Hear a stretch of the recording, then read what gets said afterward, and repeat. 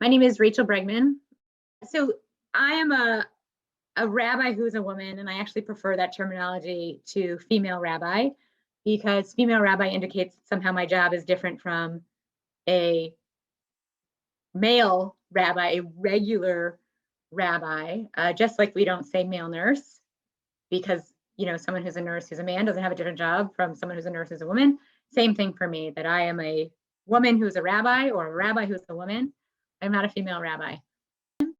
I have seen so much inadvertent gender-based discrimination. Standing at a staff meeting, for example, and someone will point to one of my male colleagues and say, "Well, Rabbi so and so," and then we'll point to me and say, "Well, Rachel," and I'll say, "Excuse me, if that's Rabbi so and so, then I'm Rabbi Bregman, and if I'm Rachel, then that has to be male first name, please." And I'm always very kind and respectful about asking. I understand that people largely don't do these things because they're trying to be hurtful. We grow up in different contexts. We learn things in different ways. It just often just takes somebody saying, "Hey, let me just point that out." I've also seen some things that have been much more egregious.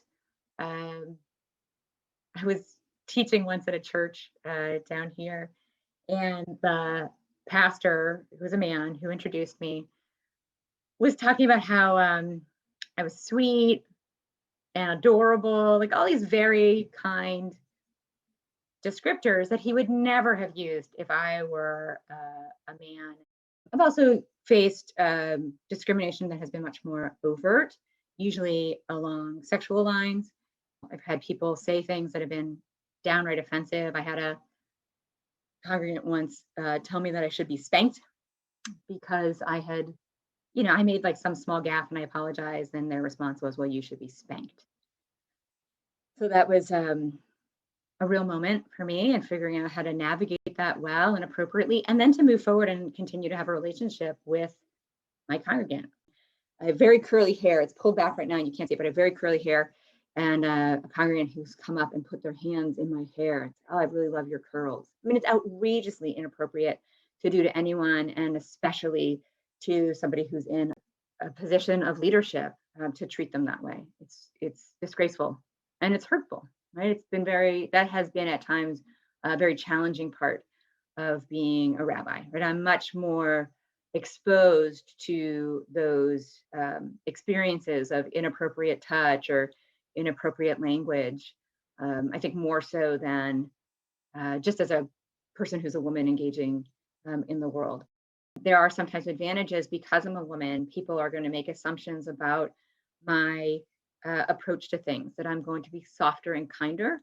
And therefore, I think sometimes people have an easier time talking to me about difficult subjects or issues.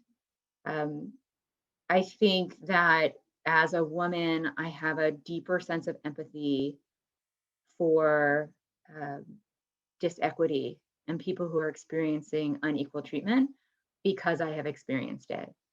I can also recognize that, I live in a world where my physical safety feels less secure because I am smaller than my male counterparts, right? So if somebody comes after me, I already have a size disadvantage.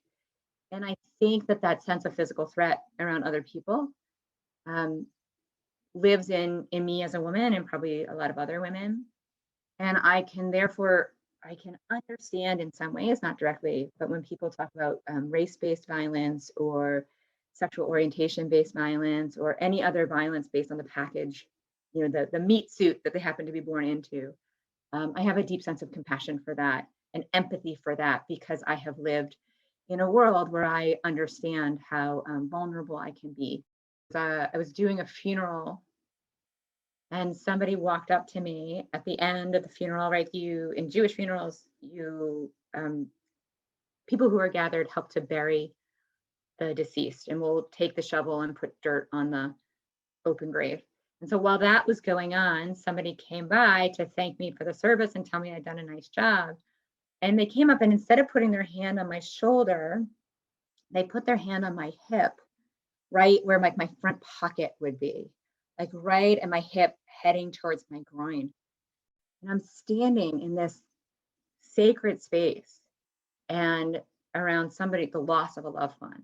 And the appropriate response for me to have done in a different setting would have been to push him away and say, please do not touch me like that, at least, or to have yelled loudly or whatnot.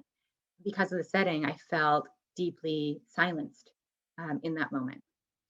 That was hard. That was probably the hardest because there just wasn't a space for me to have a voice. And I think as a woman, I've worked so hard to overcome the gender based upbringing, which tells me to demur and to please people and not to cause trouble and don't rock the boat and just sit there and be quiet. Um, I've worked hard to overcome those things and to find my voice and to use it loud and clear. And to be in a place where I made the choice to not use my voice was really, really hard.